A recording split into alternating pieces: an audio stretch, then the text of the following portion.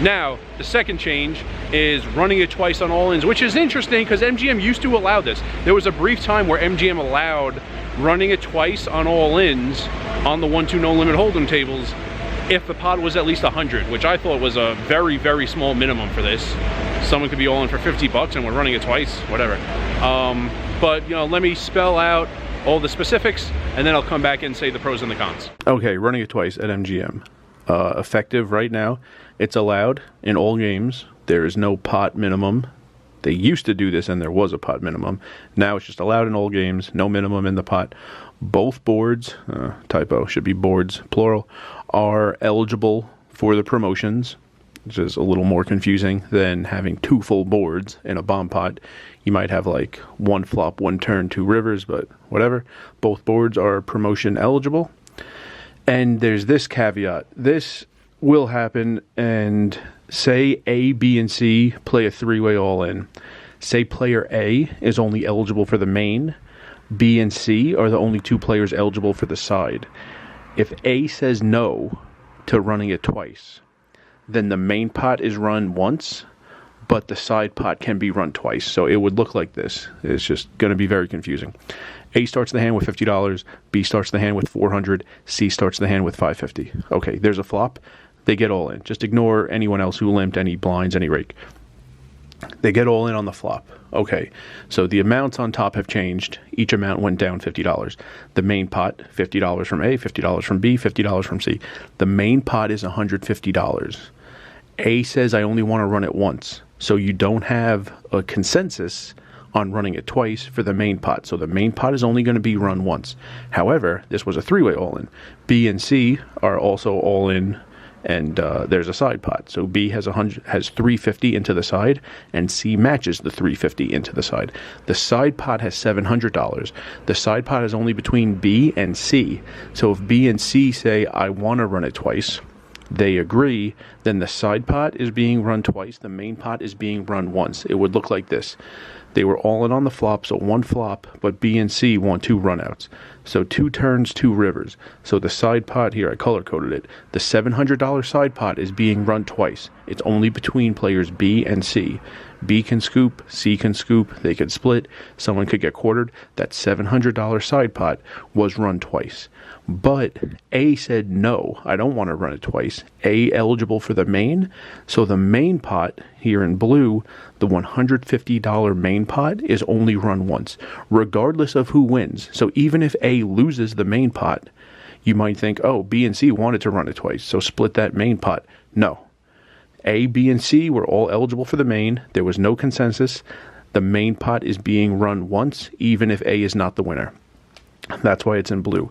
A could win it, B could win it, C could win it, A and C could wind up with the same hand, whatever. The main pot is only being run once. So I'll kick it off with the pro of running it twice, because I just showed you that example of the 3-way all-in. The person only eligible for the main pot wants to run it once. The 2 players eligible for the side want to run it twice. It's good in the sense that a short stack, like in that example, 1 player had $50, the others had hundreds of dollars. A really short stack saying, I don't want to run it twice, I want to run it once, can't affect the much larger side pot. I was talking to someone who has played like medium to high stakes PLO, and he says that's happened. Someone like just got crippled, someone's all in for a very small amount of money.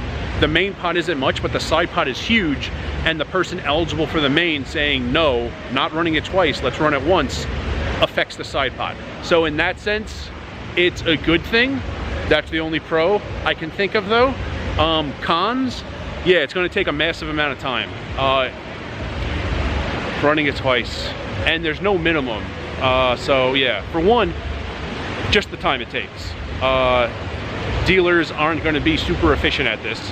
And if the worst dealers at least got the pots right, it wouldn't be that big of a deal, but somehow the worst dealers love saying, I'll figure it out at the end, when it would massively, massively benefit them to get the main pot right and the side pot right and possibly side pot number 2 right and then run the cards out. But like, they haven't even experienced it. Like, there are things that they experience every single day, the worst group of dealers at MGM, and now you're adding something that they've never seen before. Like, they're definitely not going to be good at this at the start, and they're probably going to have no interest in getting good at this as time goes on.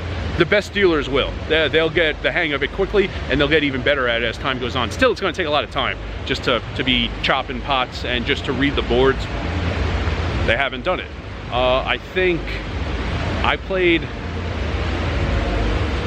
like 3 times in my life. I've even played, okay, not MGM for that brief time. Besides that, I think like 3 sessions in my life I've played where it was even possible. Like, I haven't even seen it much, but whatever.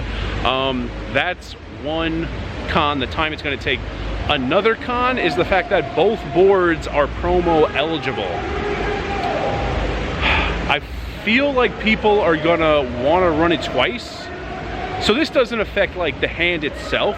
I think it's going to affect the frequency of how often they run it twice. If both boards were not promo eligible, I think a lot of people would actually just run it once, especially if they're massively ahead in the hand, or they think they're massively ahead in the hand. They would just run it once.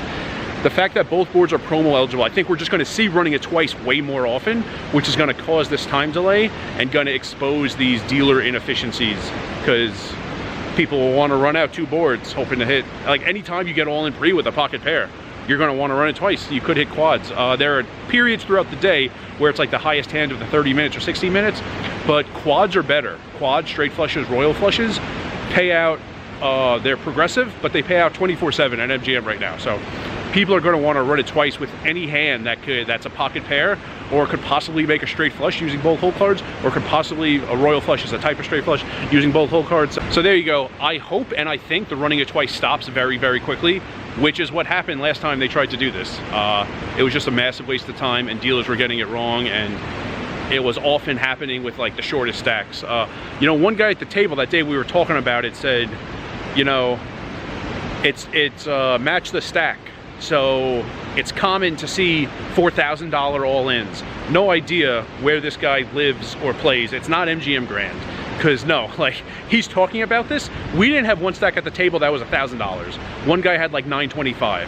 Someone could have matched his $925. Nobody was. Still, that's not coming close if those 2 guys get all into a 4-way pot.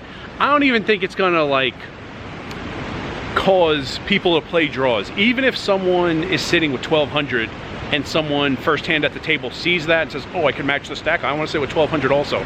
They're still not getting all in a ton. Like, they're still largely waiting for like quads versus quads. The people who match the stack, everyone, just about everyone I've ever seen at MGM match the stack really deep has done it literally just waiting for set over set, or a cooler even stronger than that. The only person I've ever seen buy in super deep and actually like play hands and run bluffs and play draws is Herbs and Rye. Haven't seen anyone else come close to doing that. So no, I don't think you're going to see a lot of 2K stacks, you know, getting it all in flush draw versus open-ended straight draw. That's just not going to happen. So you're going to see it like set versus set, and that's about it. And at that point, running it twice is pointless. Like, how often is the bottom set going to hit quads? It happens not often. So I hope the running it twice stops, and I think it will pretty soon.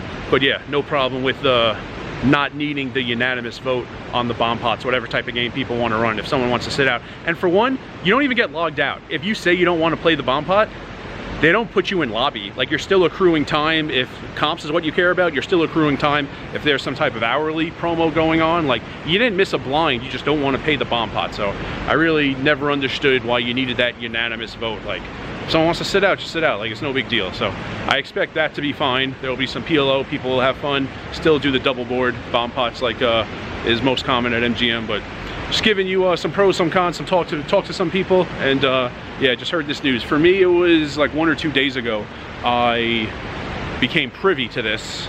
It was in effect that day, so you're seeing this video a few days later, but these things are in effect right now at MGM Grand. And remember, rice is a spoon food.